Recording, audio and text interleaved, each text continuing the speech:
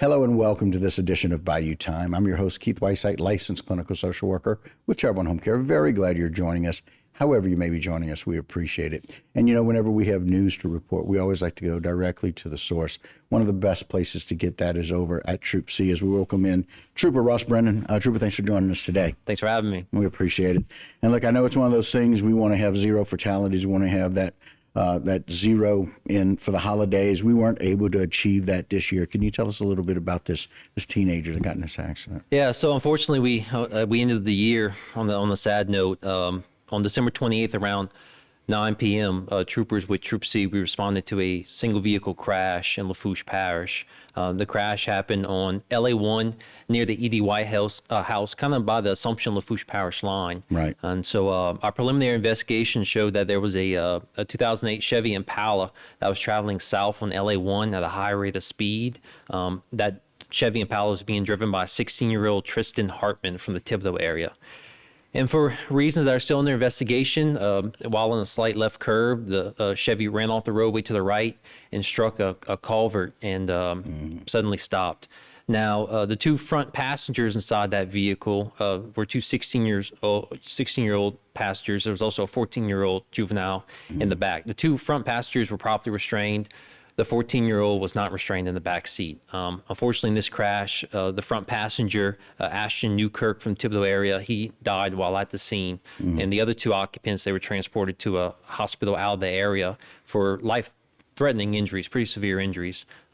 Unfortunately, on December 30th, Troop C was notified that the driver, Mr. Hartman, he did succumb to his injuries while at the hospital. So just this one crash right here, you unfortunately had two fatalities with it. The 14-year-old juvenile is making a recovery from it. And it kind of wrapped up this year for us with 30 crashes that we've investigated, resulting in 35 deaths, which is still too many, right? We are lower than last year. I mean, Right. we're in the 50s, but I mean, still one's too many to be making that notification to a family. Sure. And again, we talk about this all the time. It's not just the impact of those drivers and not just the impact of that maybe decision, but we got 4 people in the vehicle, and the driver and one of the other front passengers pass away. And then the 14-year-old, still, recovering from injuries and hopefully will be okay, but, they can have long-lasting impacts and effects. Yeah, most I mean, not just the physiological, but also psychological too from this crash. So, I mean, look, crashes for anybody, it's a traumatizing event, but whether it's a severe crash like this or even, a minor crash, it's definitely something that we want to try to avoid on these roadways for sure. Hopefully going into this new year, we'll be even lower than what we were this year with these serious crashes. But this is just fatality crashes. This isn't just our injury, severe injury, or even just minor injury crashes too. So I mean, you'll be surprised when we talk about that coming up, exactly, what those numbers are for injury crashes. What we have. And they totally, but I do want to do a shout out for you guys and your team and for people listening, because obviously we're doing a better job of educating and helping people really make smarter decisions, especially during the holiday season when we have so much more going on. Kids are off of school, especially as it relates to, teenagers. We see that these kids aren't in school. They got a lot more free time on their hands. People are off of work, parties, those kinds of things. And so to have less fatalities this year than last year is positive. Yeah, it's a step in that right direction. Of course, our motto is Destination Zero Deaths. Are we ever going to get to zero? Unfortunately, no. I mean, thing with driving is you have to make a choice behind the wheel, and it's human nature. People are going to make a bad choice sometimes, but it takes not only the law enforcement aspect of it to go out there and do enforcement, but also we need the driver's help as well to make those right choices. So whether you're a teenager, middle adult, older person, right, making those right choices on the roadway, because whenever you're driving on the road, it's not just you on the road. You also have innocent people around you as well. And we see it far too often. You have an impaired driver get involved in the crash, and unfortunately they severely injured or take the life of an innocent person who's just going about their day. And again, that's a preventable crash. Easily could have been prevented if that impaired driver was not on the roadway. So while law enforcement is out there trying to arrest those impaired drivers, we can't be everywhere at one time. So it takes the public to also make those right choices to prevent these crashes and tragedies from occurring even more. Yeah, and again, it's one of those things where we also need, parents to talk about it.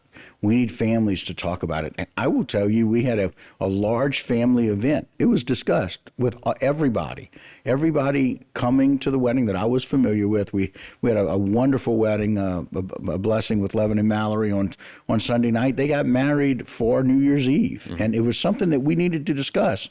My wife and I talked about it. We had lots of family staying in our house, lots of people in from out of town, and we made the decisions. Nobody's driving if they're drinking. I was so very proud of everybody in the wedding that stayed. We doubled up. Yeah. And those people that don't drink, those drove the cars home. Yeah. And I was just very, very proud of them. They all listened. Yeah. And so, again, That's what this needs could have to been. happen. Yes. Exactly. We got to make that plan ahead of time. And it's something you recommend all the time. We talk about it all year long, is to make those good decisions and talk about it. If we know we're going to a celebration, we know we're going to a party, make a plan. It's okay to drink, but let's have a designated driver. And whether it's impaired driving, distracted, or not wearing a seatbelt, look, as a parent, if you want your young person in your life to be safe on the roadway, they're going to most mimic what you do. So if you want your child to make those right choices, you should be making those as a parent, because they're going to see what you're doing and they're going to grow up following what you do.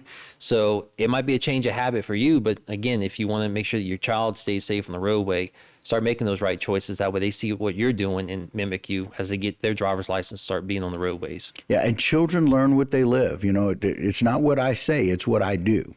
Correct. And they're going to follow those things. And I'm really excited to be able to talk about that as we talk about, these teenagers. We want to be talking about teenagers excited about getting their license, not necessarily teenagers who are getting in accidents. And again, we're very sad, and our hearts go out to the families of these two teenagers that lost their life in this fatal crash that took place on LA1. So we appreciate that update. We're going to take a short break, if that's okay. When we come back, I want to talk a little bit about some of the excitement for maybe what happens for people getting a learner's permit, getting a driver's license, those things. Yeah, definitely. All right, we'll talk about that and a whole lot more with Trooper when we return. Don't go anywhere. A lot more Bayou time right here on HTV.